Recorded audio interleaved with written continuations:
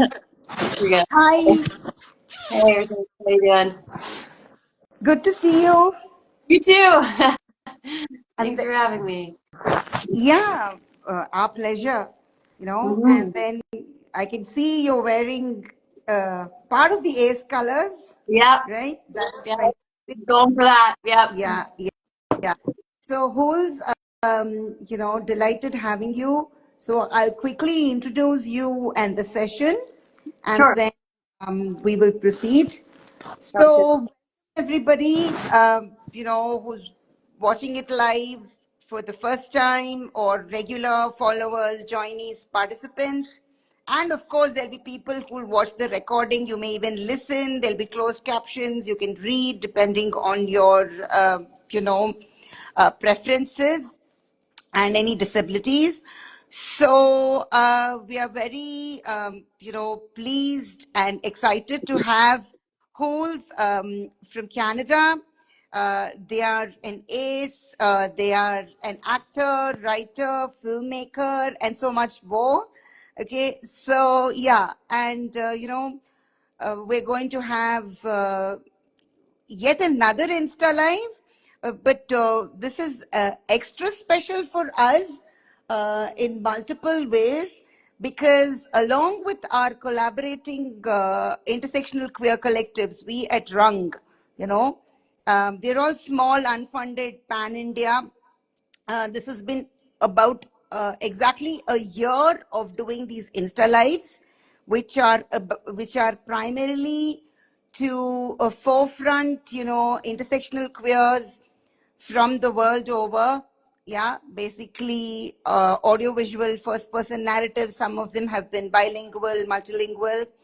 And the beauty of this is, many of these people, many of you, like Hools today, were very serendipitous, gracious, wonderful connections we've made, unquestioningly. Okay, we're going to Insta Live, fine. Let us get to know each other a little bit. So, yeah, we exchanged a few text messages, had an online meet. I mean, we are in two different time zones, almost definitely two different continents, thousands of miles apart, but that doesn't matter because, we are intersectionally queer, specifically ace. I'm Ritash. Half the time I don't introduce myself, so I thought it is basically important to do that. So I am a neuroqueer, gender fluid, panromantic ace. I have invisible disabilities, invisibilized disabilities, and chronic illnesses. I'm 51. I'm also a trained LGBTQIAP plus peer counselor. I also write. Originally, I am a software engineer, okay, but much more than everything, I think, this human connection, especially among many of us who are open about all our marginalizations. We might seem and sound privileged. We definitely are than, perhaps people who have several financial and other challenges. But there are so many of our, lives which are subject to regular invalidation, erasure. And that is a bit what we've been talking about in all these conversations. It's going to be free flowing as always. There will be just a few question prompts. So, who's over to you? Okay. Well, I really, really every time just enjoy going through your Insta profile. It is just not lovely, lovable, but there is so much that you're saying in it. Okay, in your Aced It series and stuff. But probably a very cliched question.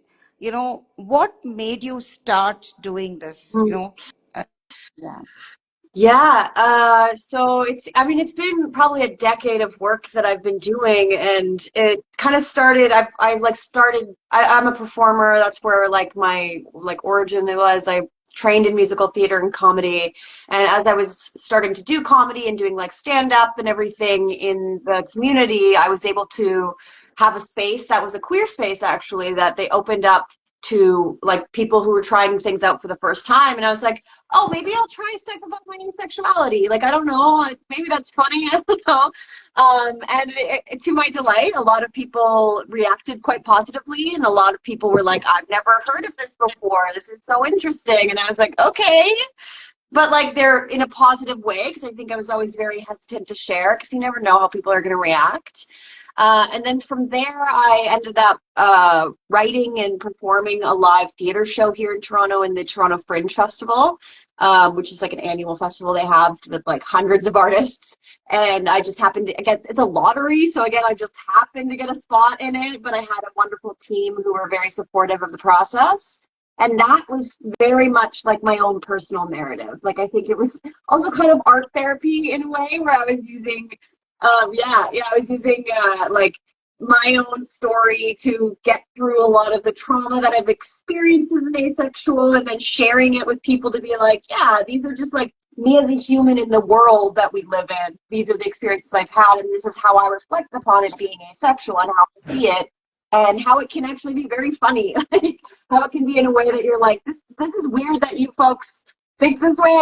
For the entire time that I've been alive, I thought that I was weird. And I'm using weird in like a jovial sense. And from that show, we ended up doing, I think, 30 performances. And every single time we performed, I had someone come up to me and it was like, thank you so much for sharing. I've never seen myself represented in this way. Or they were like, I've never heard of this. I think this might be me. And it was just so overwhelmingly like, the universe was telling me that I had to keep doing this. So I just, from there just kept with like, all right, what's the next step? What's the next step? And then have really found a lot of the groove with Ace It, which is the series that I'm working on. And we received production funding, we got development funding, we started as a short film. So we're like slowly building it. But for me, it's very important. And it not only fuels me as an individual, but also like it makes me realize how important this work is. And I mean, I think I always go back to a lot of my like core beliefs as an artist, and especially with asexuality, as I've been working in it for 10 years, as like an advocate, I guess. It has been very much about the fact that I do genuinely believe that the more people understand what asexuality is, the better our world will be, because they'll understand their own sexuality. They'll understand the different ways that you can identify, and not only just like, this is one thing I like and that's it. Like, there's so many different variants towards love and like attraction and the different relationships you have in your life. And I think that really stems from asexuality. I think people knowing what that is will allow them to accept themselves and the other people in their life. Yeah, superb to hear that. So many points on which I can personally connect. Of course, as a queer person, as an ace, and of course, like who doing using audiovisual content, okay, in different ways, okay, and we live and learn. But some things which stood out for me, of course, so coincidentally, I also knew about asexuality. Rather, it resonated with me the most only about a decade ago, despite, which is where connects with what I said about privilege earlier, right? In India and so many other countries like ours, where English is an official language, but it's still a passport to more privilege. And much of the country, they may follow English, they may or may not, but that doesn't matter. But to some extent, it helps in many ways. Yet, despite all that, despite being early in the IT industry, like mid or early 90s, I was studying and then working in IT, right? Even worldwide internet access wasn't too common, like about 25 to 30 years ago. Yeah, 30 years ago almost, right? And we, because of our job, we needed to have internet access sort of ahead of a few others. And yet I did not know asexuality was possible.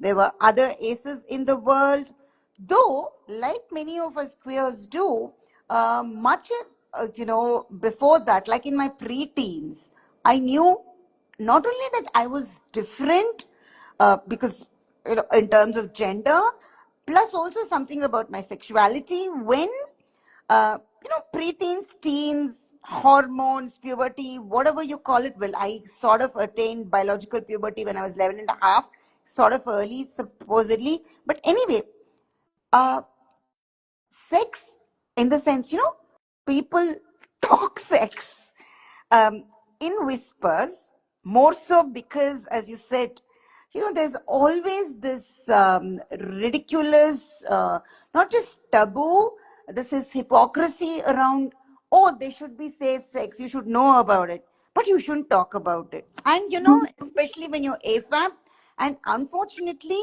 except for the other extremity of hypersexualization, I have seen in most societies and cultures, at one particular time, you can't, discuss it in a healthy manner, right?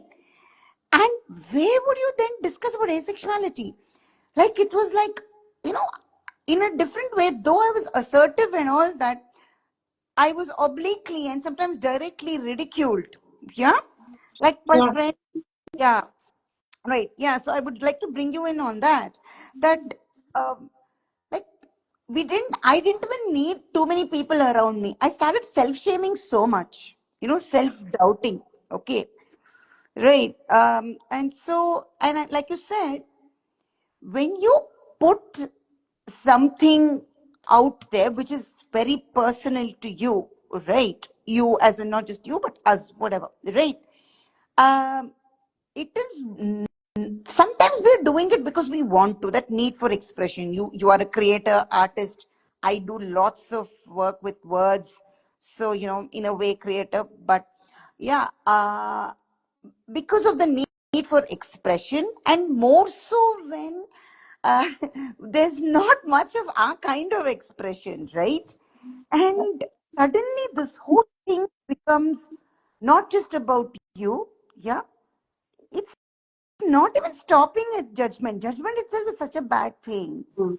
They like branding you as someone, so abnormal, insane, and something like that. Or the other side of prudery, celibacy, abstinence. All these words are thrown at you, right? Yeah. Yeah. Yeah, I mean, it comes down to the fact that like heteronormativity, that there's a reason why that word exists, because if you are not heteronormative, you have to come out, because as a child, as a baby, people are already, they're like, oh, what a cute girl. Oh, she's gonna have so many boyfriends. So it's like it's already ingrained so much in our society to assume that everyone is hetero, and that on top of asexuality not being a discussed topic, you already have to get over the fact that it's like, okay, so I actually don't feel like I relate to heterosexuality, but again, I can't talk about it.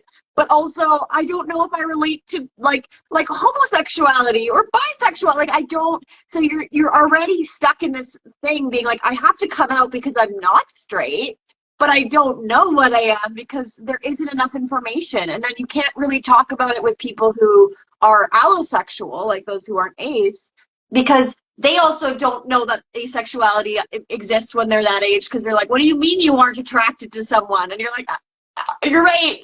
I don't know.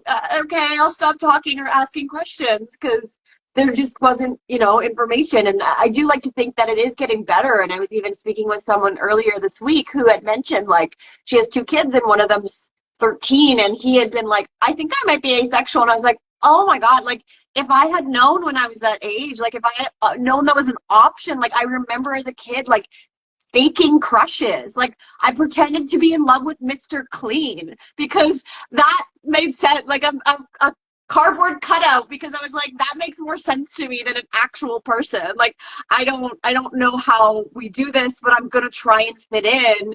And then you end up in situations that I think I often talk about, what a big like reason why I continue making this content, and so that like people are aware of what asexuality is and that it exists so that they can understand it from an earlier age, because I genuinely believe if I knew what asexuality was, I would not have been abused. Like there are so many different points in my life that have existed and I've just gone along with it because I'm like, well, this is what society tells me I'm supposed to do. And had I known that that option was there, that I could have said no because I didn't want to, because it was like, oh, well, if I just try, like society's telling me I have to do this thing. Like if I just keep trying to fit in, then maybe one day I'll find what works, without realizing like, actually, it's okay that you don't want sex. It's okay that you don't want this type of relationship. And so I like to hope that the younger generation can understand that so they don't get into that position that like I had found myself in too many times.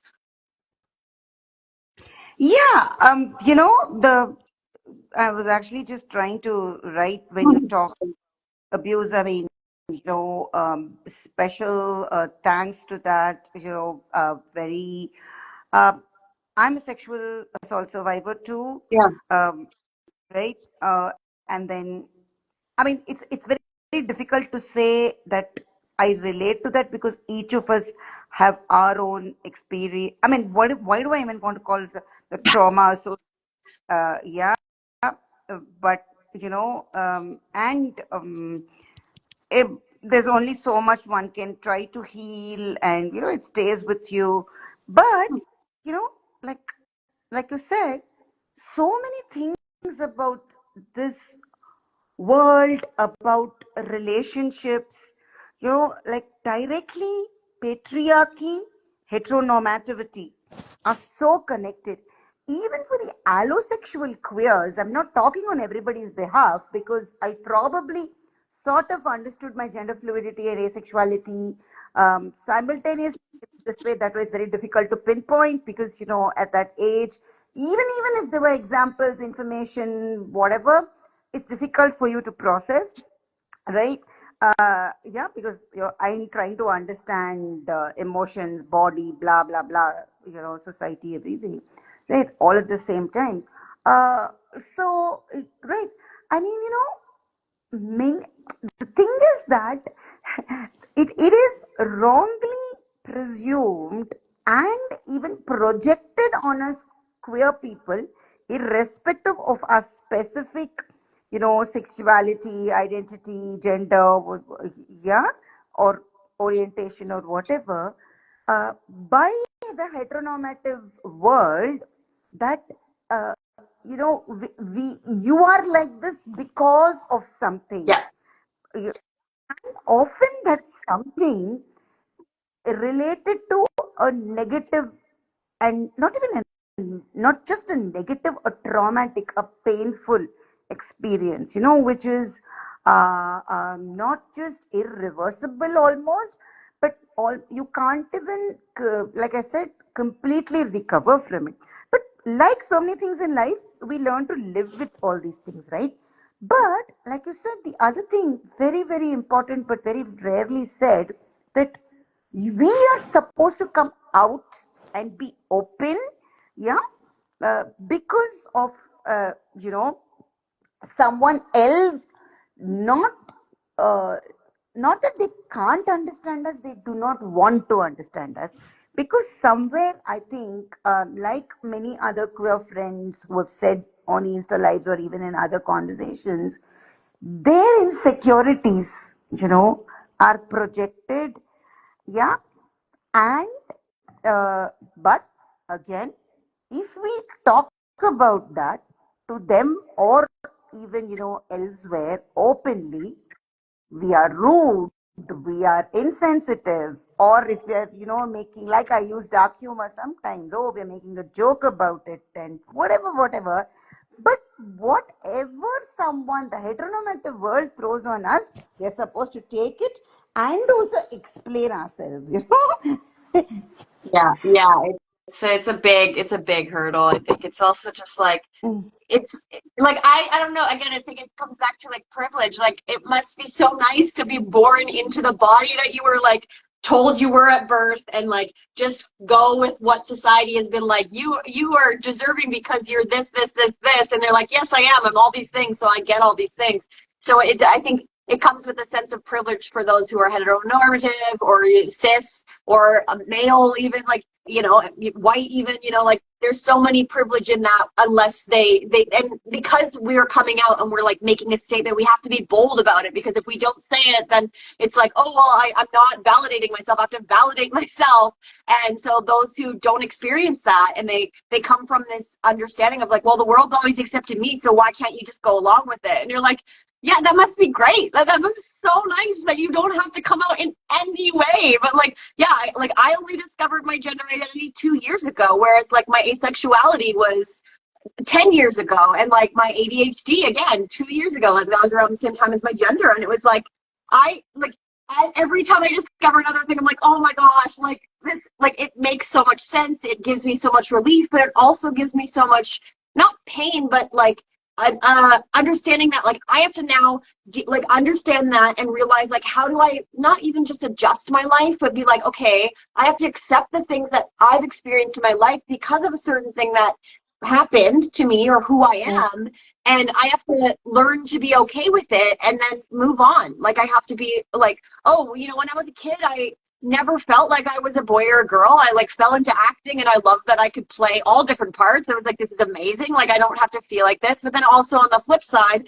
I was in theater school and was told that like I wasn't pretty enough. I had to present better. I had to be an adult because I wasn't like showing off my tits. I don't know. Like there's just so many different, like it was a bad theater school, I guess, we will be fair. But like, yeah, because I wasn't presenting as like a woman in the industry with like the gorgeous face and everything. I was like, but that's not who I am. Like that's not who I present as. But I didn't understand it at the time, and so understanding that later with my non-binary identity, of being like, oh, this is like, this feels so much better. It's so great. And then on top of that, I have to come out and I have to go to family functions and either like decide that I'm never correcting them because they'll not understand it, and be like, just continually be like, okay, I'm being unvalidated by my entire family, or be that person who's like, actually no, it's they them, it's they them, it's the, and then I'm like, I don't like, then I have another hurdle I'm forcing through. And it's like, I say with the advocacy of ADHD, I constantly find myself having to be like, oh, by the way, I have ADHD. So when you don't explain this specifically, like I'm very confused. I just need to get a little bit more direction because you're not being like, and they're like, well, why don't you understand it? And I'm like, okay, you're right. I'm asking too many questions. And then I get it. So it starts coming down on me. Like, and that shouldn't be what it is. But unfortunately, yeah, it comes with that like trauma in that way of like, oh, I have now, this is who I am, I have to live with it. Yeah, right. The more we understand ourselves, it's a relief, but unfortunately, we can't show the relief the same way some heteronormative person can show relief about even the smallest things. And yeah, as a neurodivergent person, ADHD, I think sometimes all these are so common to us that, but you know what? This also reminds me of what one intersex friend, I've been associated very closely with intersex people, again, were highly misunderstood, misrepresented, pathologized in so many ways. Those commonalities are there between especially aces and intersex people I've seen. So, the person identifies as an intersex woman.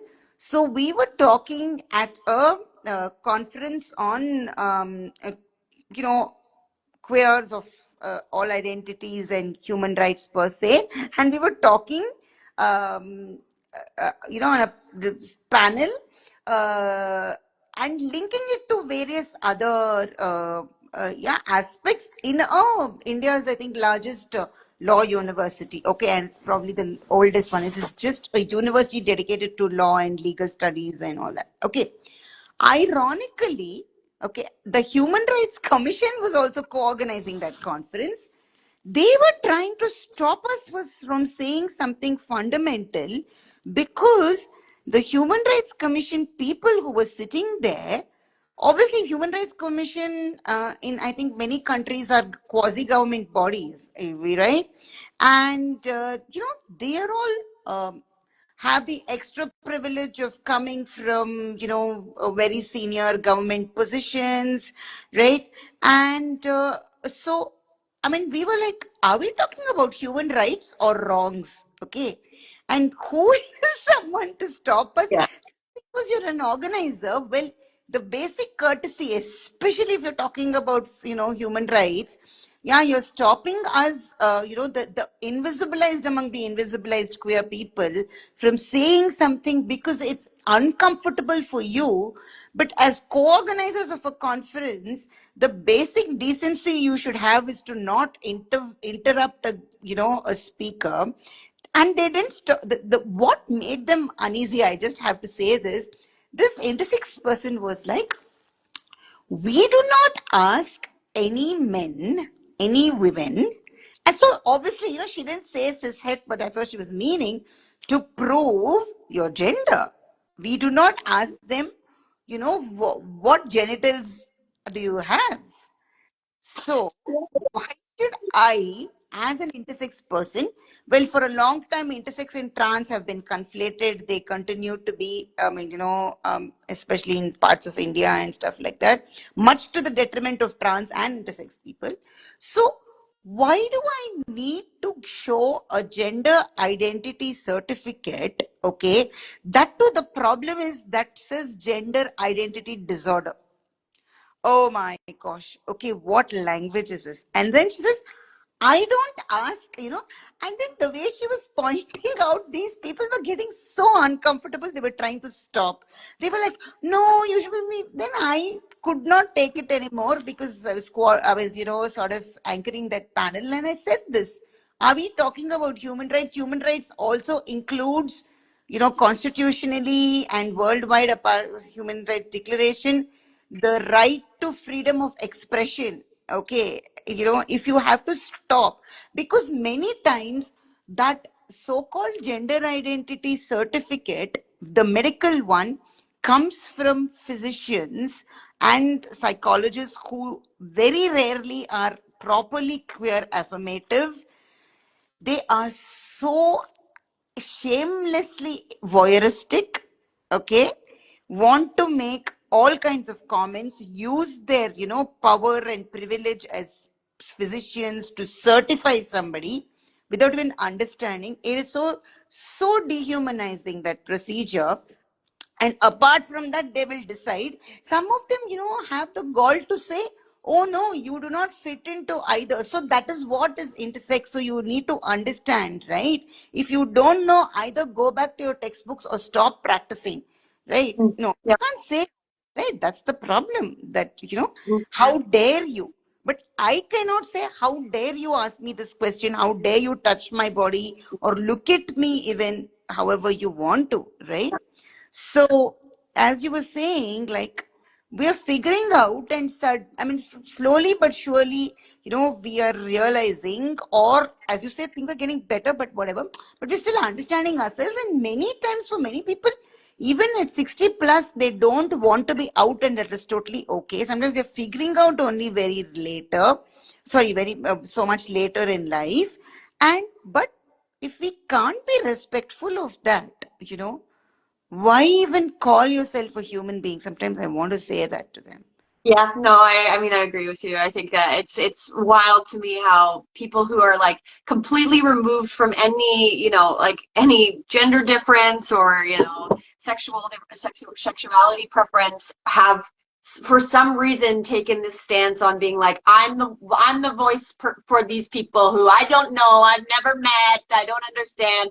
And I don't get it because I'm like, we're all human beings though. Like that's like we're all like everyone has to eat. Everyone has to like have somewhere to like stay warm when it's cold. Like it's just it's the dehumanization because it's easier to be like let's put a target on someone else because then they're not going to look at the shady shit that I'm doing. Anyway, that's a whole other topic I could get into. Yeah. but yeah, Right. yeah, it's yeah. Yeah.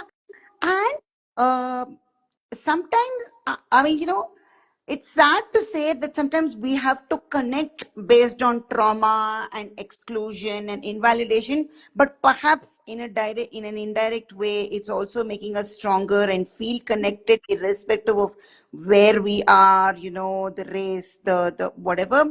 Because, but that's also a sad statement on how human rights or wrongs. I'm saying this more because, not as you say, it can be a huge topic, but just trying to say, if not anybody else, at least healthcare professionals, and to some extent media and legal professionals, and of course teachers, yeah, they are supposed to be the ones who are supposed to help us, maybe either like assist us, to improve our basic quality of life, like a healthy life, or like as teachers to guide us or whatever, especially when we are younger.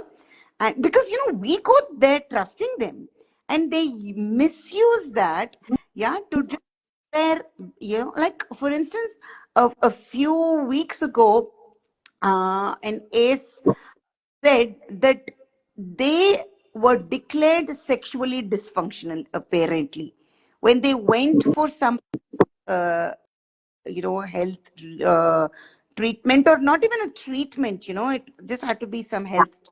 And this has happened to me too, to a gynecologist. And me, this assertive vocal person, suddenly was on one side shocked, upset. I couldn't say anything. And this gynecologist, just for a few minutes of examining me on for something unrelated to my sexual life and whatever, passed the statement in such a, to her it seemed very hilarious that I was not sexually active, or not that sexually active. Again, there's some benchmark, some Yeah. percentage.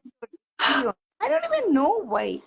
And yeah, and I did not become disrespectful to her because she was just finishing her appointments and leaving for the day. But I made an emergency call to the clinic because I was having, I've said this in earlier sessions, but I don't mind repeating it because sometimes there'll be new listeners and watchers. That it so happened that I was having it somewhere near, I think, my vagina. I mean, there are parts of the body you cannot see, right? Just because of where they are located. And, I was having, I think, a minor, I don't know what, a scratch or what it was. But because of where it is, I was finding it difficult to sit, stand, do anything. Oh, yeah. And, so like I said, I badly need this. And it was nothing in like 48 or hours of apply or using cream 2-3 times a day. It was fine. And so there was absolutely no need for her to do any other kind of examination, because she immediately spotted it, and she would have, no, she had to pass the statement and start laughing. And before that also she presumed, because I didn't even say whether I had a partner or not, but Yeah. because was, an AFAB person who was, I think at that time in my late 30s. Okay, so I'm married, I have children. So that's the thing that, and this was like, now I'm sort of laughing about it, but it wasn't fun because every time, I mean, as a menopausal person, which is something again, which again can be a different discussion as to how ACEs should be able to handle or not able to handle, menopause and anything to do with that. Every time I have had to go to a gynecologist in the last 2 years, menopause has been treating me very badly, right? Or my body and menopause just do not get along. Menarche also I could not handle, but this was just horrible. I just dread that they're going to do or say even something about my sexual activity, right? Why should I? I don't know. I mean, because I am almost sure that they have not heard of asexuality, or even if they've heard of it, they're going to deny They're it's gonna dismiss it. Yeah. yeah, Yeah. right, right. Yeah. Yeah, it's such a weird, yeah, especially medical professionals. And also, I think you mentioned teachers as well. Like, people who are in this authoritative state, who are supposed to like know all, see all, or whatever. Like, Mm. especially when we're younger too, we definitely have this higher view of people in these professions. But especially if you're going into a gynecologist for the first time, and like, you don't expect your doctor to full out just like devalue who you are as a person by being like, actually, I'm asexual, I don't engage in sexual activity, and then have them come down and like joking or like, oh, are you sure you haven't got your hormones checked, or anything that's like a joke or anything that like makes you feel that your aceness isn't valid. And I think you even mentioned in the comments of like, my trauma doesn't define my aceness. Like, it's not because I've experienced these things, and like I've had to do a lot of my own work to validate my own asexuality. And luckily I'm at a place now that I'm like, no, I'm 100% ace. Like, there's no question. So if you guys don't understand what asexuality is and you don't want to talk about it, or you don't have questions that you want to hear answered, like, I'm very happy to explain what it means to me, how I identify, and what that looks like. But if someone is not open to understanding that, or even worse, like making a joke about it, especially in a medical field, that is like so invalidating. You're like, okay, well then you don't see me as a person. Like, you're not even listening to my own experiences. Like, I am the one person who knows what's going on in my brain. I'm the only person who can hear everything that's going on in here. So even if I'm like going to therapy and I'm discussing it, that's not gonna change how I identify. Like, they just want to be like, oh no, we need to fix you, we need to fix something wrong. And it's like, well, maybe sex is a big important thing in your life, and maybe you're uncomfortable with it. Or like, you know, so the idea that like, if you're in a marriage and you're not having sex, then marriage is going to be over soon. And it's like, well, that's also just a wrong way to put that out there. Like, don't make people believe that, oh, you know, like, I'm so busy, we haven't had a chance to have sex in, I don't know, 3 months. I don't really know what the average is, because I don't care. But like, for me, it just, they then immediately it's like, oh, well, we have to do it because the society says if we're not, then we're not happy. And it's like, well, that's like that.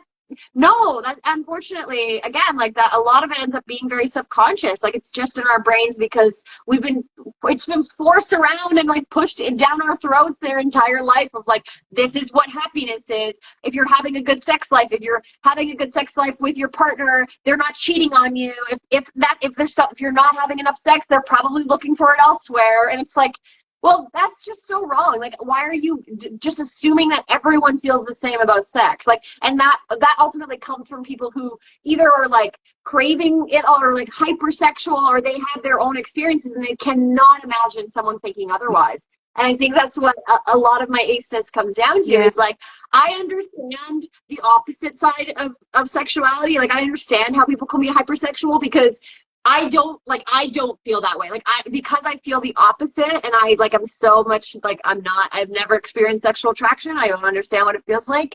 I can kind of be like, oh, well, because I know that about myself, I'm able to see how you feel in regards to sex. And that's, I'm not going to invalidate that. Like, you're allowed to have, like, want sex and go about and do your thing. But then side, they won't give you the same grace and the same like acceptance, and you're like, okay, well, if you don't get it, like, that's not on me, like, that's kind of on you. And I often go back to, I don't know if you follow Yasmin Benoit, the I have. leopard. Yeah, and she like constantly is posting all this like aphobia that she gets online, and like, kudos to her. She like takes it with such like such beauty. Like, she posting me like, oh, look at me just being a terrible person again. But like, I can't imagine having that come at you. But a lot of that hate comes from people not feeling confident in their own sexuality, or being like, but I'm attracted to you, so how could you be asexual? And you're like, that again, that is your very own experience.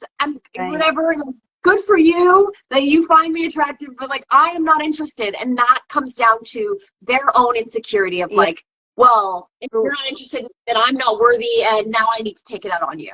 And I think that's where a lot of, unfortunately, that hate comes from. And I want to be able to change it. I want, I can only do so much. I'm making my art so that like that idea can change. That's all I can do, because like, yeah.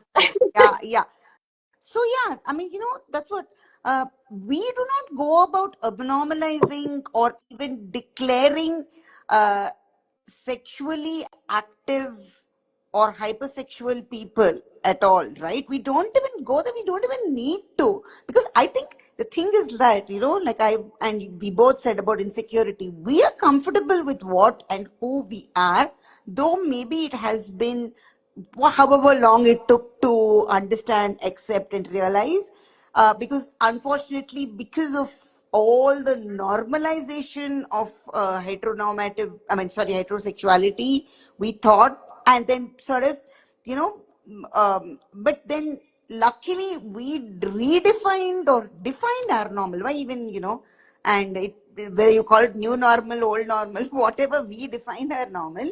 But we are not saying someone's abnormal because their normalcy is actually abnormal to us, right? But we just don't do that. We don't even, you know, actually, they must be glad or whatever, even not that we are seeking this, but saying that, oh my gosh, I mean, these people still understand hypersexuality. You know, we are fine. I mean, if friends, and more so as a peer counselor, I cannot tell somebody, you know, I'm ACE, because I don't say I'm only an ACE counselor, right? So, and even then, people will not upfront tell you what they're going to discuss in a session, right? So I listen to it and then I say, and many times the common questions I'm asked is, am I gay enough? How can I be more trans? And you know, I was like, you do not, and which is why I keep repeating this, because I also want to put the message and, you know, sort of appeal, request, suggestion to people that if you are queer or know people who are queer, please, please, please do not benchmark yourself. We have enough stress and more stress in our lives already. So, you know, you are who or what you are. It will take time to accept. It may, you know, and there's never anything like we know. This is not philosophy. This is life, what I'm talking about. 100% of anything is not possible. Yeah, but uh, you know, do not think that is only one way of being trans or ace or gay or whatever, and sexual experiences, fantasies must be like that. That is what they are. They are fantasies. They are not reality. So, you know, don't overload yourself. You know, this is all all, you know, currently I want to say. But Hools, if you would like to add, but you know, we want to jump into actually what all. I mean, I've seen a little snippets and pictures or posts about you, but then tell us more about, you know, your series, how it got Yeah. started, and yeah, Yeah, and definitely happy to jump in. It's my life now for forever. But yeah, it started again. It started from that Fringe show and the idea that I was like, oh, I need to do more of this. And then a friend of mine had suggested to write a short film, and I was like, okay. And so I wrote a small script, and he was like, oh, I'm going to introduce you to people who would be interested in doing it, and then 2020 happened, right. and everything shut down. But I guess I guess I want to thank that process, because it was a different, like, it was before I discovered my gender identity. I was under a different name. Like, I'm glad that I didn't make the ace it then, because I am who I am now. And so once you know, pandemic things started opening up again, and things started in motion, the same friend who asked me to write that short film was like, okay, I think you need to do this now, and I think you need to reach out to Lucy, who's actually watching right now. Hi, Lucy. And he was like, yeah, go to talk to her and we'll make it happen. So within like 3 months, we ended up, okay, let's go, let's make it, let's do it.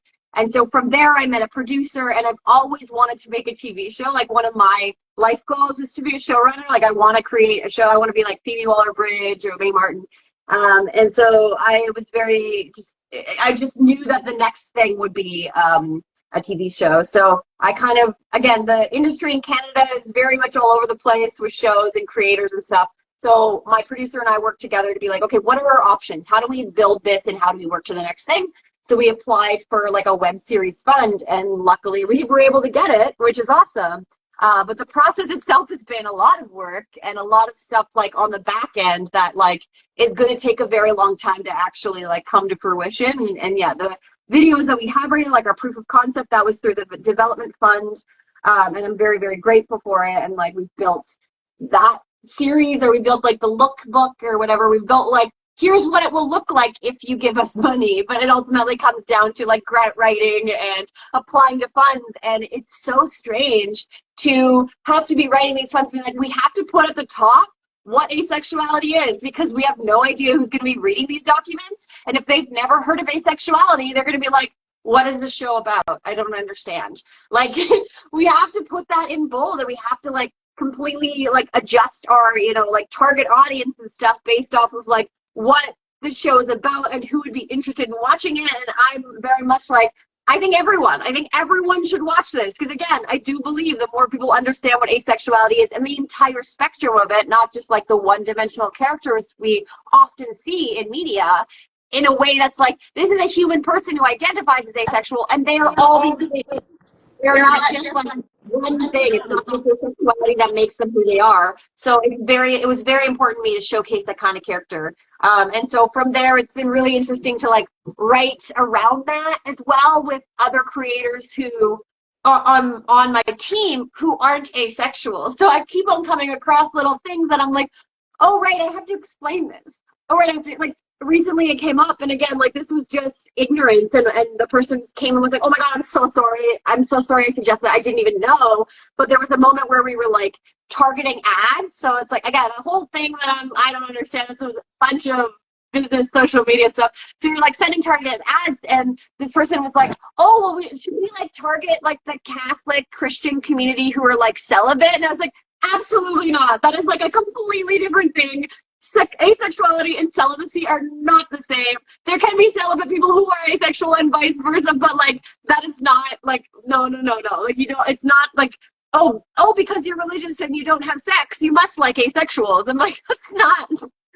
I understand that like maybe something that in your brain where you're not asexual, you don't quite understand the different, like the cross between it. It's like, but again, asexual people doesn't mean that asexuals do not have sex. It's a completely different thing. It's just, if you don't want to have sex, you don't want to have sex. Whereas celibacy, oftentimes it's like, I'm not having sex because of, you know, religion, and I don't quite understand it. But it comes down to like, no, I have to stop myself from doing this thing that I actually want to do, which is not asexuality. So it's like, okay, again, I have to find ways as I'm building this series to be like, oh, right, this is something that might come up. This is something that might be read.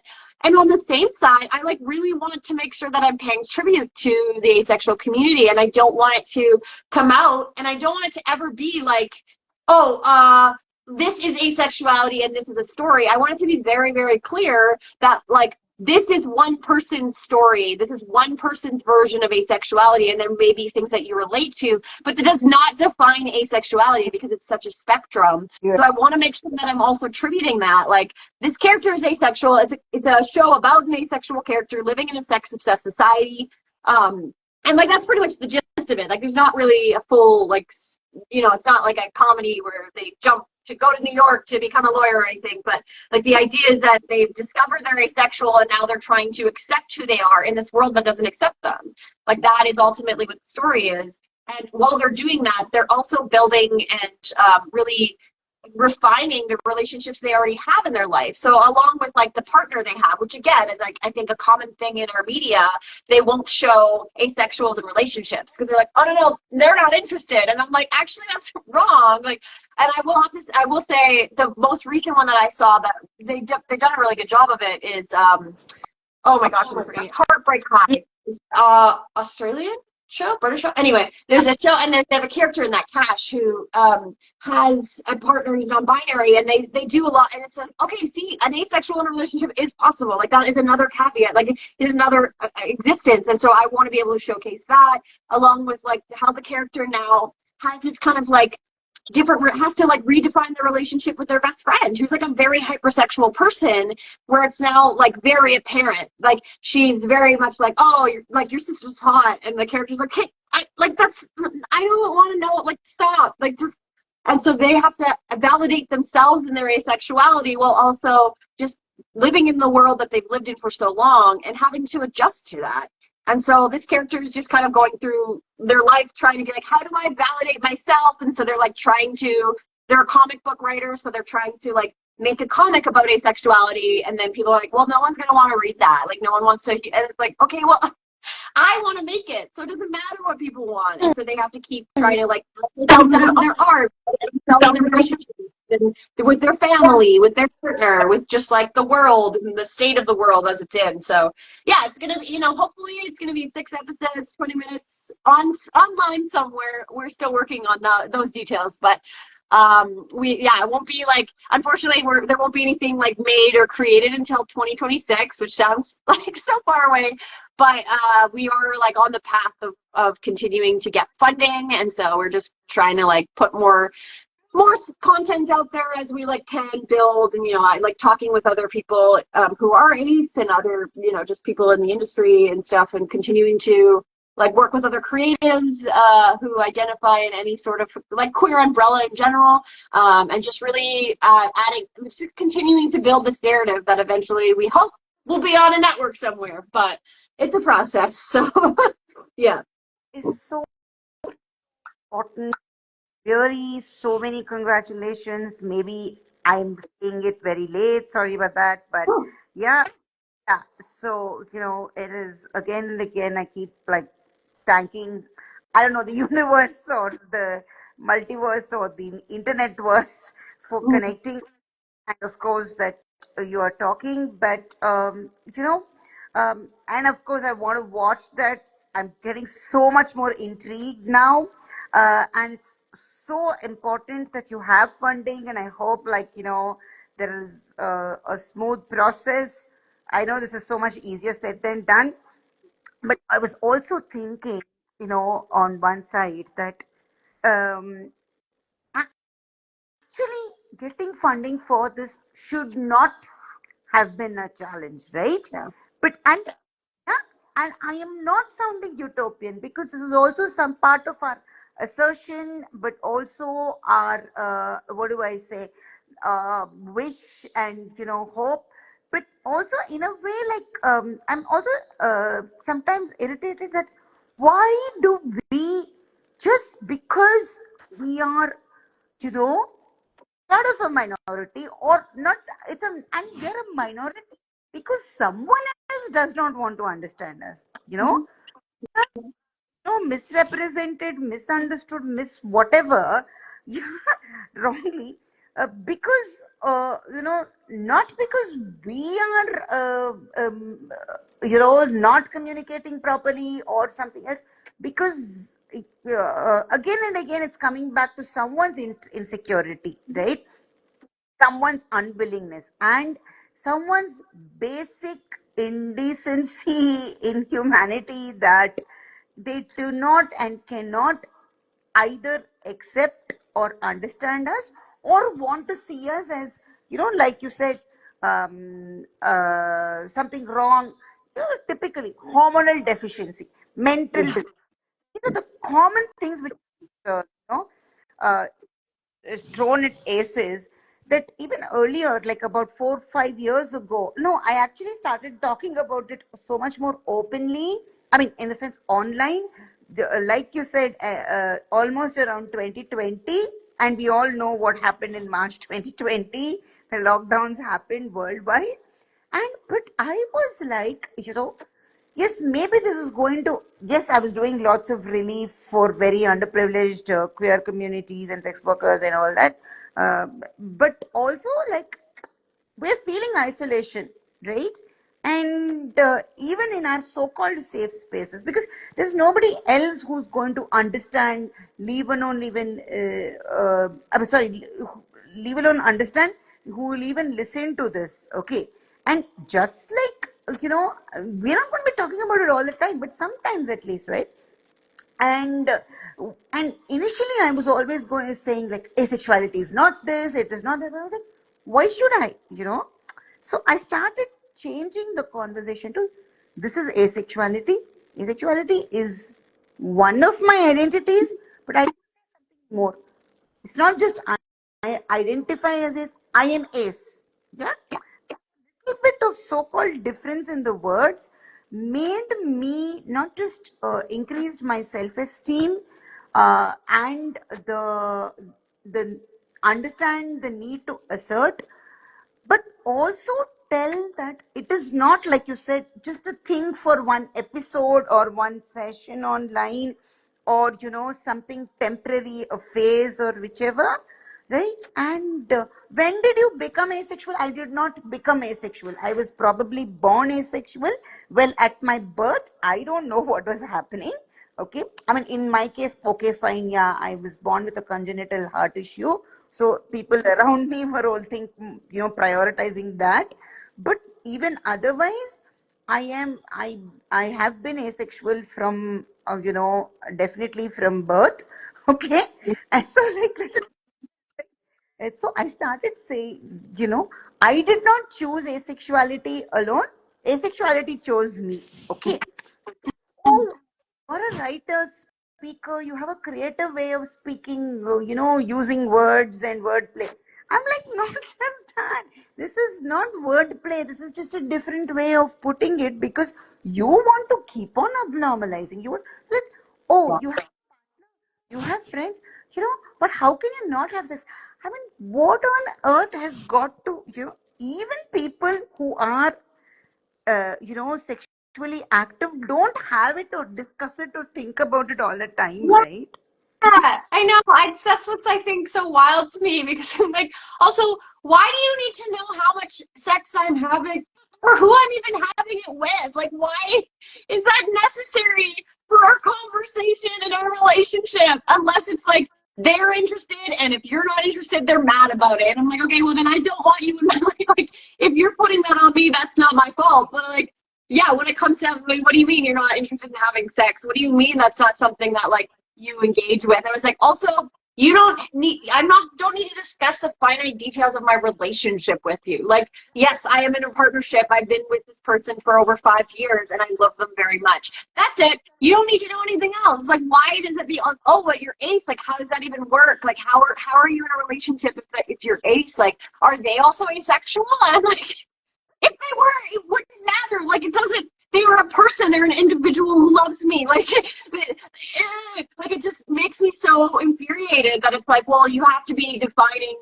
how you identify and who you are attracted to. And again, I think it comes down to a lot of it is insecurity, where it's like someone's attracted to me and they want to know if they can, if I can feel the same way about them. And it's like, it doesn't matter. It doesn't matter. Like, if I'm not interested and I'm not like, that's not something that's on my mind, then we don't need to discuss this. Like, it doesn't need to be a whole thing of like, okay, but like if you're ace, so like you still have sex, so like what does that even mean to like the person? Like, I think I felt for a long time with my asexuality there a little bit of guilt in that sense of like, I'm engaging in sexual activity with my partner because I love them and it's like an activity we can do. We could also just play a board game. We could go watch a movie. Like, for me, it's just like on the same level. Like, I don't care. It's just something fun to do with someone I love. And so for me, it was just like, okay, like sex doesn't even necessarily like define our relationship. It's a part of our relationship, but it doesn't need to be something that like we have to continually be doing in order to love each other. Like, there's so many ways to show that I love my partner without it being like, oh, well, we're lying in bed together, so it must be, now we have to lead to the bedroom, it's sex, like this happened, let's go, let's do it. Like, it's just, anyway, I think I lost my train of thought, but yeah, I think it's just, there's so many different aspects of it, and unless it becomes something that like I'm engaging with another person, I'm interested in them, it becomes this whole other conversation. And I'm like, well, can we just not, like, if that's not on the table, if we're not just like putting it out there, I'm like, I don't know, it's so confusing to me as well. As like, I know asexuals who like are on dating apps, and I've tried them too, and I'm just like, I don't quite understand how this works, that it becomes more difficult, and then people again come into a date with their preconceived notion of what asexuality is, and you're like, you haven't even given me a chance to explain who I am as a person. And it doesn't necessarily matter about my asexuality. And it's like, because you feel this way about sexuality, because your attractiveness is stemmed in whatever you see on me that makes you feel this thing, that is not how I feel in regards to relationships. I want to build that narrative. I want to, I think, yeah, it's coming back down to engaging in sexual activity while not experiencing sexual attraction. And that blows people's mind. They're like, well, then why would you have sex with someone if you're not attracted to them? And I'm like, I feel bad for who you're dating. If that's the only reason you think that's the only reason a relationship exists, like you only have sex with someone because you feel attraction. Like, there's so many different ways, there's so many different reasons that can be something you engage in. And they're like, well, if sexual attraction isn't part of it, how do you even do it? And I'm like, because there's so many other parts of me that like it's so confusing to me, because I'm like, it makes sense to me, but there's some people who haven't had to like separate that understanding of like sex and sexuality are two different things. Like attraction and the act of sex. Like sex is an action. It is something that you can do. It is an activity. Where sexual attraction is a feeling. It's something that you experience, and then that allows you to engage in potential sexual activity. But like people are so confused as to having to be like, wait, what do you mean sex and sexual attraction aren't the same thing? I'm like, that like it's even in like English like verbiage, like one is a noun and one is an action, like one is an emotion. Like I don't know how else to explain it, and so it comes down to just being like, well, because I don't know, like sometimes there's I sometimes I'm not hungry, but there's pizza in front of me, so I'll have a slice. Yeah, I love food metaphors for it, but like, yeah, I'm like, I don't know, it's pizza. Yes, everyone's engaged, everyone's eating some, so I'll have a slice. I'm not hungry, but yeah, That's the thing. Even I use that regularly. That you know, people. I mean, people say, "Oh, sex is as basic as hunger." No, it is a universal phenomenon. Not even phenomenon. It's a yeah, yeah, yeah. Even take everything away. Okay, hunger. Do you experience it all the time? If you're not hungry, exactly the same thing. Will you eat even if it's the most yummy, your favorite food, or have some drink, whatever? Many times we don't even sip water if we like, right? If you're not thirsty, and sometimes you're like, right? And what even is this comparison? Okay, and using that trope to normalize it, when actually it is in a way people like, because they're so straight jacketed and so single track in their way of thinking, like you said. It's not that they can't understand, they just refuse to understand. And maybe they're confusing us, or if we are patiently explaining, they're like just going deeper and deeper into some loophole which they can't and they don't want to emerge from, and then blame it on us. So I'm like, yeah, I mean, I get hungry, but I don't have the hunger for sex. And anyway, people who have the hunger for sex or food don't have it all the time. So they'll be blown like, so it's always, as like you said, they're concentrating on the unnecessary aspects of the words that we're putting, whereas they're simplifying to the extent possible, right? And what now, actually, what, like, just going back to a few minutes ago when you were talking about abstinence and celibacy, they've also seen many times, either because of religion or something else, much of it is so compelled, sort of into them. And we know how much abuse, how much of nonsense it is resulted in very young people, in children. And people do not want to accept, acknowledge, I mean, forget even apologizing, as if apologizing is going to help, post facto. But how dare you, right? Like, this is what I'm like. Do you really want to suffer so much, okay, by forcing yourself and then release that on somebody else who, what you're doing is nothing short of criminal, or in your religious words, sinful. I'm agnostic. Yes, I'm irreverent.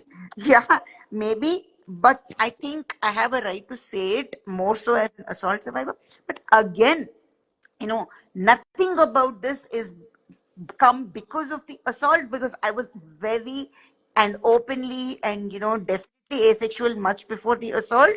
And the assault and my asexuality are really related, that it happened to me. I mean, I have this and much more, yeah. But they both are otherwise not related. They're not a cause for each other, yeah, right? And that takes me back to the way you represent your characters. And it's good that finally, like, even in a way, I think people are getting sensitized by working with you. They're understanding it deeply, that it's possible. And you're not letting them decide who will like it, or if that will be liked at all, right? That is so powerful to hear, Holes. I mean, just salutes, and we say salam. it's also just like as I was making like my theater show and even now, like there are people who are relating to the content and they're almost confused, like, but I'm not asexual. How come this is like how come I feel affected? I was like, because it's a human experience, especially being born AFAB. Like the idea that you have to have sex with someone because you're attracted to them, because you have to make this happen, you have to do it, or else it's like you're going to lose them, like all these narratives, and really bringing that to the front to being like, actually you don't need to have sex in order to show that you care about someone. Like that doesn't need to be this, it doesn't need to be synonymous. And so people are relating to that concept of like, oh, like I can still be loved without having to give away something that I don't want to do, like, you know, and understanding that like, yeah, that's actually that is actually a beautiful thing. Like for me, it's so important to show the intimacy between the main character and their boyfriend, because for me, my intimacy with my partner is so beautiful, and like it is not because of our sex life. Like there's so much that goes into the relationship we have that like makes me so like it makes me feel so loved, and has nothing to do with sex. So even just in the proof of concept, we have that line of like, intimacy doesn't equate to sex. Like there's so many ways to show intimate gestures and care for someone that isn't just sex. And it blows people's mind. They're like, what do you mean? What do you mean? I don't understand. And I think that's like a lot of people hearing that are like, oh, that is the first time that I've actually allowed myself to realize like, you're right. Like I don't have to force like sex. I don't have to jump into bed with someone I go on a first date with because they bought me dinner. Like it is, again, it comes down to a universal experience on that sense. And so, like, yeah, for me, I don't need to force someone to watch it because they, you know, you need to understand asexuality. I love that, but I do think it comes down to being like, I'm telling a story about a person. It comes down to the humanity of it, and I think that's what I really hope that we're able to get across in the series. Like that's my intention. That's I'm leading with my heart. So I hope that that's what is shown. But you know, there's so many things that are involved in creating film. I'm doing my best. Surely. I mean, definitely, of course, while we are with you, cheering you, of course, there's no pressure. You, represent it the best way you can, and the way, you connect with it. In a way, I think, I'm sure, like as writers and people who express in creative ways, somewhere, whether something is fictional, semi-fictional, we are part of that in some way or the other, right? So I can completely, resonate with that. And which is also, what, like three of us aces were writing something, an article, because we did a submission to one of the Indian ministries, Department of Social Justice and Empowerment. I think the first time, apparently, yeah, that asexual people have put together such a document. I mean, anybody who's listening now or watching this later or whatever can DM us. We are willing to share. There's a link. It's in the public domain. We don't know what the government is going to do about it. That doesn't matter. But and for many of us, who came together to recommend, finally 5 of us, we put the message out in as many groups as possible, and 5 of us think it was also cathartic. It was also challenging. It was also, in a way, sort of is joy. It's a whole mix of things, because on one side, when you have to put it to someone like a governmental body, it is sometimes you have to be so clinical about it and all that. But the only thing, and I think sometimes it is deliberate that we did this while we gave references from the world over. In India, there is no numerical data to support. But why should it always be about numerical data? Why should it not be about stories? I mean, what the hell? We are 5 aces. We are saying we are aces. Isn't that proof enough? Right? Yeah. So, like, because there's another question, and whose I'm sure you have been and will continue to be asked. How many aces are there? Well, I don't know. I haven't counted. But you Yeah. aces, yes, I know thousands of them. I'm not exaggerating. I know thousands of them. But, oh, everybody, no, why should everybody be open about it? And even if they are whom they open up to or what they do, and if they are in a relationship or not, that is between them and the thing. And every relationship can be made, on so many things. Like you said, attraction, and we all know that can be intellectual, emotional, so many things. And again, love is love, yeah. What you feel for chosen family, biological family, everything is different, but sometimes similar. But it's also emotional, psychological. It's a mix of so many things. And oh, your poor partner, wow, they're adjusting with you, they're sticking with you. I mean, that's between us, right? What if I did not tell you, oh, aces, poor things, you're lonely, you're boring. Well, even if I am alone, that doesn't mean I'm lonely or bored or whatever, right? Because my relationships do not define me or else, right? And whether we are sacrificing or denying or somebody else is doing that to us is again between us, right? I mean, yeah, I mean, if this can be so simple and fundamental, what is it that about the action or sex that has to overpower every relationship? I mean, I I don't know. I don't know. I think maybe it also comes down to like everyone's own personal importance, and maybe there are some people who they put sex at the top of their important list, and that's okay. I like to put cake up there, as an asexual, but like everyone's allowed to feel where they want to put their priorities, and that's okay. If sex is one of your priorities, then go for it. Go live your life. Like if that's something you want to do, but like understand that there's so many different things that you can experience in the world. Like I would love to travel more. I would love to, go out to more live events. I would love to just experience life, and like sex can be a part of that. But like there are some people who will put sex as like the most important thing, and then believe that everyone else has to feel that way. And you're like, again, we're all individuals. Like yes, like everyone's allowed to feel like they enjoy something over something. Like there are TV shows I love that other people hate. Like it's so wild to me that there are some people who are just so stubborn in their belief that it's like, well, I think sex is the most important, and if you don't, there's something wrong with you. And it's like, oh, okay, like I guess I'm not going to argue with you. Like, have a great life. Like, that's all I can really say at that point. If I'm like, they're so stoic in their belief that it's not even a conversation. And so I'm like, okay. Yeah. As you say, actually, the conversation, and whatever you think or don't think about me is your problem or, your choice, but I am not into this. Right. You're right. Yeah. We are not saying be sexual or not, right? Just do not deny me what I am or keep questioning or doubting if it's a possibility. I was sometimes I've become so, blunt about this whole thing that if someone says discard asexuality or the idea of discard asexuality, I'll be like, discard that. Discard you, Yeah, yeah, exactly.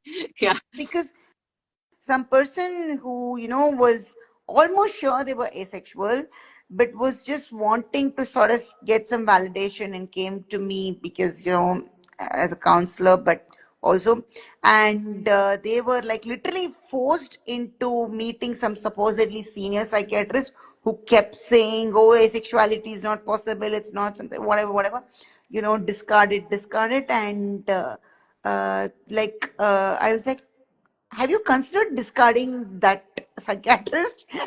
And oh yeah, I just did it. I mean, I just could not take it.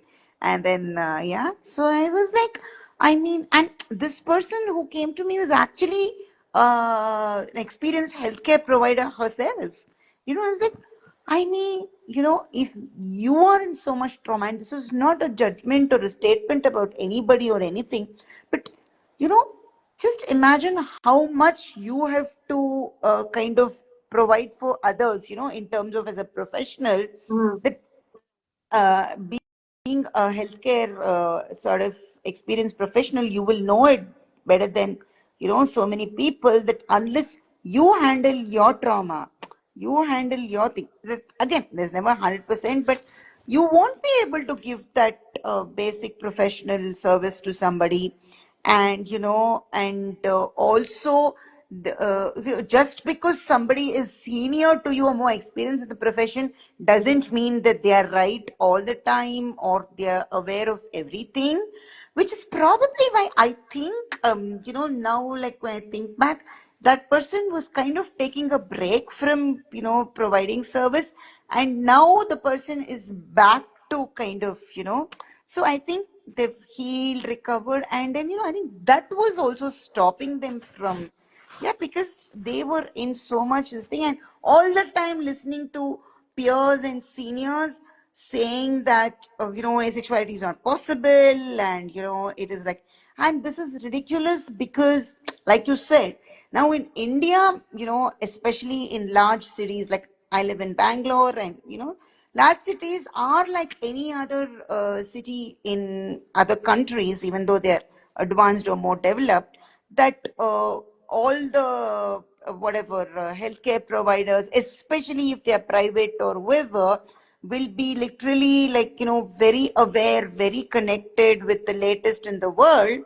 So so that's the strange what do you say, dichotomy. On one side they seem to know everything, and they can't know, they have to know what WHO is saying, what say APA or whatever like are saying. But on the other side, yes, as human beings they may have their biases and they may have some ignorances, but some ignorance, but that is not a justification for them to say, right, this is impossible, right? Because then how is so-called healthcare going to advance? No, Yeah. like, I mean, WHO or probably the most experienced or renowned pulmonologist did not even know that COVID was possible, right? Mhm. And it so much of haphazard, hurried research over the world to even develop some possibility of a vaccine for more than a year, Yeah. which itself many clinicians, researchers, and all say is a very short time, and it's had its fallout, right? And nobody really questioned them, saying that why didn't you know, why didn't you tell? So similarly, a gynecologist or a psychiatrist or a therapist may not know about asexuality, but that is it will be irresponsible of them to say it's impossible. Exactly. Yeah. Yeah, I think that's the issue is like I don't know what it is where there are people who just do not want to believe that they don't know something. And I think maybe I just go about my life knowing that I don't know things. So I'm like so open to people like telling me, oh, this is a thing. I'm like, okay, Mm. cool. I'll go look it up. Like, awesome. Like that's kind of just who I am as a person. So when someone has such a strong stance and like, absolutely not, that can't be true. I'm like, what? You're just talking to me right now. Like you and me we're just having a conversation. You're not even stating any facts. You're not saying anything. It's not like you even know what asexuality means. You couldn't even say the definition to me.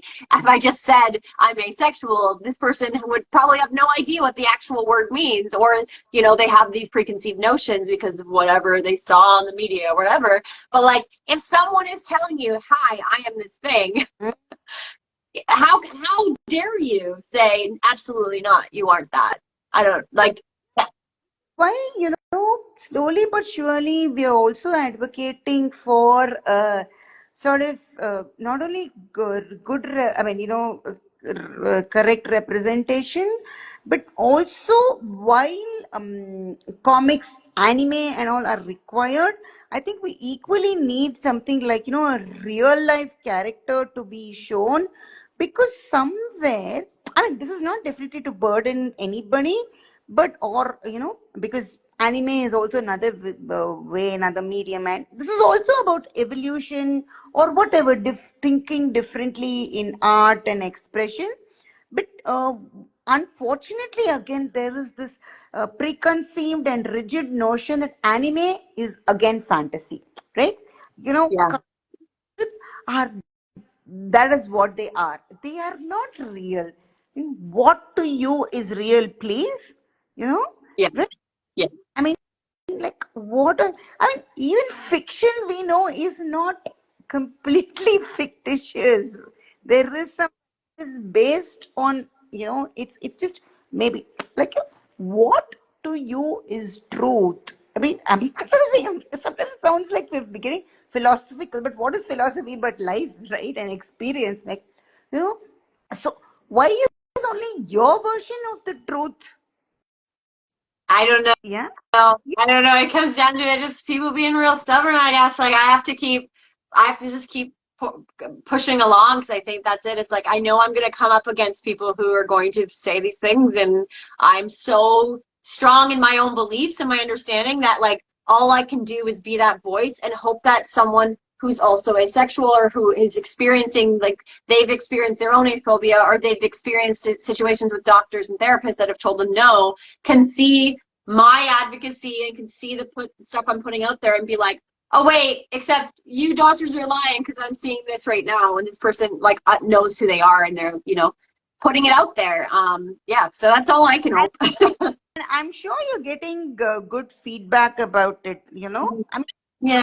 or whatever, but I hope it's been encouraging and stuff. And but sometimes we just go about doing it, like, like for instance, I tell myself whether 100 people watch the live or not, because sometimes over weeks and months people are watching, like, but Yeah. that hasn't decided to do this, and we will do this, right? And I think, Yeah, because even if it's just one person who sees it and sees themselves, that's like that's the whole reason of making art. And like I am making art so that those people can see it. I'm not making art for like the corporations and the big boys to be like, oh yes, I've learned a thing. I'm like, that'd be great, sure. But like what about the big boy's daughter who didn't know that they were asexual, sees the series, and then can be like, wait, Dad, I think this is who I am. And then they can be like, oh, now I need to rethink this. Like, I don't know. There's just like ways to get the information out there for the people who will feel validated, because ultimately that's what it comes down to. Like, not only am I writing a series to validate my own experiences, but also for those who experience the same things and are like,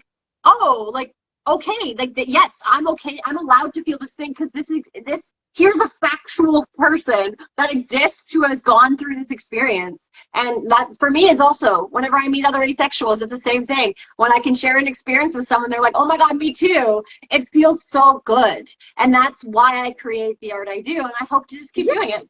I mean, that is what actually, we wouldn't have been talking today like this. Yeah. I mean, the same thing, many times this has happened, that in the most unexpected situation sometimes, or, the not the supposedly heteronormative spaces, although I always feel there are hidden queer people everywhere, or, or whatever.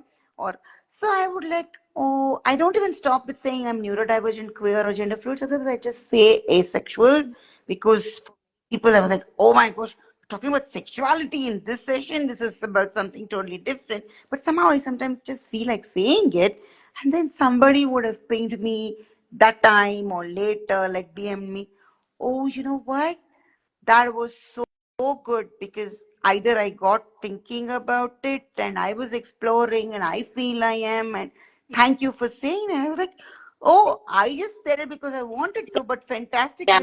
add collateral benefits, Yeah, right. I really sometimes wish, recently, occasionally I watch Big Bang Theory. I can never watch a whole episode. It's just become me. So I was like, that character of that the person, Sheldon? Jim Parsons. Sorry. Sheldon, yeah. Yeah, yeah, right. Um, in real life, I think he's gay, Yeah. but there seems to be more than a hint of asexuality, right? But you know what kills it for me is that forced sexualization, right? Even the person whom he wants to have a relationship with, they're not even talking about emotion, right? It's about intellectual attraction, whatever, or even they don't even call it attraction and stuff, both of them, and they're hitting it off very well. And all this sexualization, has to happen. And they're both, actually the characters are not liking it. but they seem to be doing it because, people around them are saying, or the world seems to be that way. I'm like, oh my gosh, this is how, you abnormalize asexuality. Yeah, right? Yeah, for sure. Yeah. Yeah, yeah. So, Holes, it's been almost an hour and a half. Yeah. Amazing. I love it. I love you could just talk for for so long and not even realize time goes by. But Yeah. you're talking about good stuff. But I suddenly, even I lost track. I know it's a cold morning for you. Hopefully, there'll be a little bit of sun. But yeah, and kind of for the current this thing, I don't want to say last or parting because I hope this will Yeah, be a exactly. lot. We'll stay connected. No, but thank you for having me come out and opening the discussion. And I don't know, hope someone can discover ACEFIT and like keep discovering your talks because I think that's why we do this. Like we want people to feel validated. We want people to feel seen, and that's all we can keep doing. Yeah. And also spread a bit of queer joy, which is unfortunately every big, whatever, populated democracy in the world, starting with India, the queer rights and, basic fundamental needs. I don't know. It's like they're giving this much and taking away that much. The heteronormatives, and Yeah, they've self-empowered to, deny right from using restrooms, bathrooms, washrooms, whatever you call to. I mean, people can get so low, you know. It is. yeah. It's not just in a way it's ridiculous, but it is also so petty. Yeah, Yeah. it really is. Yeah. And so, yeah, I think what you're going back to is like the queer joy, like spreading that, I think is what really it has to be. It comes down to because I think it can be so isolating when you're seeing all these news stories and all this like hate that's coming out, and it's so hard to take all that in. Yep. You just need a little bit of light to be like, it's okay. We're here. Like, don't worry, you're not alone. Like, hello, it's okay. Right. Yeah. And especially, it's the holiday season everywhere, whether we celebrate the festivals or not. Yeah, there'll be so many movie releases, and most of them will be, I think they'll be competing for how heterosexual they are. Yeah, which again, is funny. Nowadays, all this is like, silly also to me. But anyway, yeah, we keep acing life, Yeah. and that's about. Thank you so Good. the best. And like you Thank said, you. going anytime, I will be sharing this video with you, of course, Mhm. and others. You want to use clips from it or anytime, Thank you. anything, just shout. Or I think you'll be able to, but even if you can't, like, right? So, yeah. So, again, just Thank you. Yeah, it's been delightful. So yeah, keep doing your thing, and we'll be in touch and all that. all right. Take care. Okay, Bye. bye. Everybody. Thanks for being here. All right. All the best. Okay.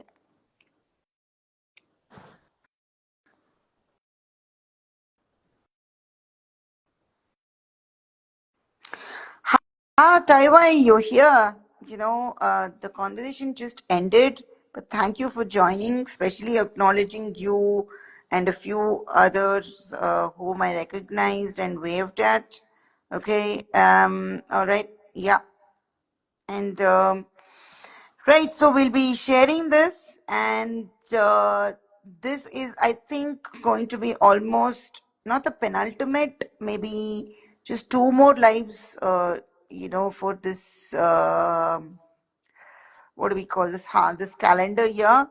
Yeah, but we will keep continuing for anybody who's going, taking off an early break or something, right? Just keep, uh, what do you say, DMing us or commenting, joining us, and then just let's stay connected. Okay, all the best again. Bye bye. Enjoy your weekend.